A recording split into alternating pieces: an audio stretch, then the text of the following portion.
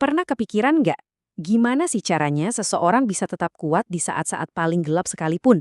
Hari ini, kita akan bedah sebuah cetak biru ketahanan yang luar biasa dari salah satu tokoh paling berpengaruh dalam sejarah, Rasul Paulus. Kita akan lihat gimana dia bukan cuma berhasil melewati masa-masa di penjara yang brutal, tapi justru jadi lebih kuat karenanya.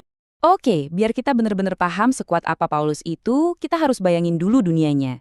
Coba bayangin, dirantai ke seorang penjaga yang digambarkan sebagai binatang buas. Kutipan dari seorang Kristen di zaman dulu ini ngasih kita gambaran yang jelas banget loh. Ini bukan penjara biasa loh. Ini adalah lingkungan yang memang dirancang untuk menghancurkan semangat manusia. Jadi, yuk kita selami lebih dalam lagi. Sebelum kita bisa mengapresiasi ketahanannya, kita harus hadapi dulu separah apa penderitaannya. Nah, ini bagian pertama dari penelusuran kita, Paulus dalam belenggu.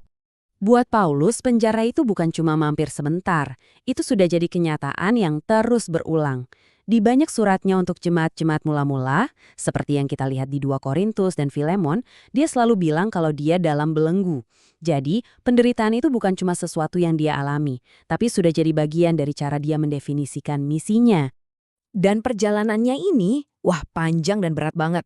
Garis waktu ini nunjukin gimana dia dipindah-pindah dari satu penjara ke penjara lain, dari Filipi ke Yerusalem, Kaisarea, sampai akhirnya ke jantung kekaisaran di Roma. Setiap pemberhentian itu bukan cuma titik di peta ya, tapi babak baru dalam perjuangannya yang seakan gak ada habisnya. Jadi, kebayangkan situasinya, penderitaan non-stop, kondisi yang kejam, dan masa depan yang gak pasti selama bertahun-tahun. Ini langsung memunculkan pertanyaan yang jelas banget.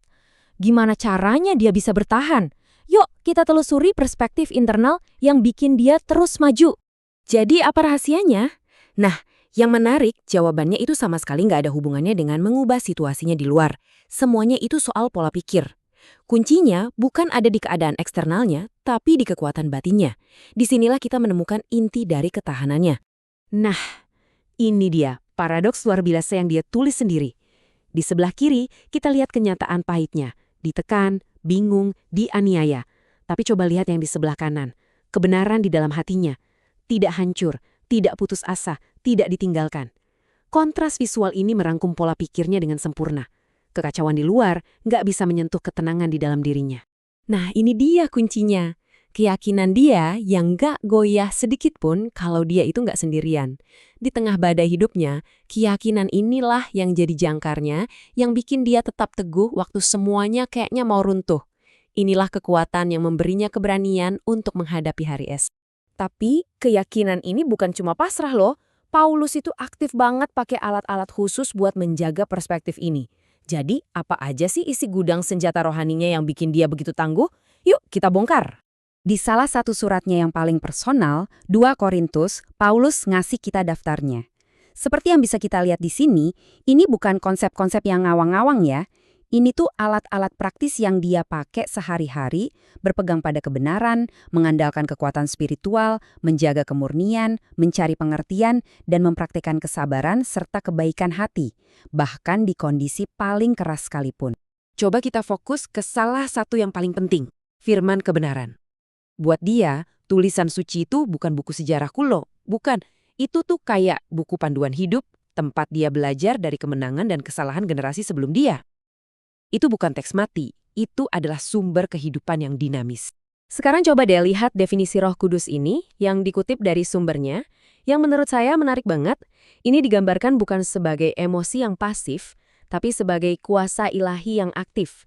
Idenya adalah bahwa itu kekuatan transformatif yang secara aktif bekerja untuk membentuk kembali karakter seseorang dari dalam keluar. Oke, kita udah lihat penderitaannya, kita udah lihat senjatanya. Terus apa kesimpulan besarnya? Semuanya itu mengerucut ke satu hal, pemahaman dia tentang tujuannya, yaitu menjadi hamba Tuhan. Pada akhirnya, buat Paulus sekedar bertahan hidup itu bukanlah tujuannya. Ketahanannya itu sendiri adalah sebuah pernyataan, sebuah demonstrasi nyata dari perannya sebagai hamba Tuhan, yang menunjukkan bahwa kekuatannya bukan dari dirinya sendiri, tapi dari tujuan yang lebih besar yang ia layani. Dan ini membawa kita ke pertanyaan penutup. Sumbernya nggak cuma ngasih kita cerita sejarah, tapi mengubahnya jadi tantangan pribadi buat kita semua. Pertanyaannya bukan lagi cuma gimana Paulus menunjukkannya, tapi gimana kita bisa? bagaimana perjuangan dan ketahanan kita sendiri bisa menunjuk pada sesuatu yang lebih besar dari diri kita. Ini adalah pemikiran yang kuat untuk kita renungkan.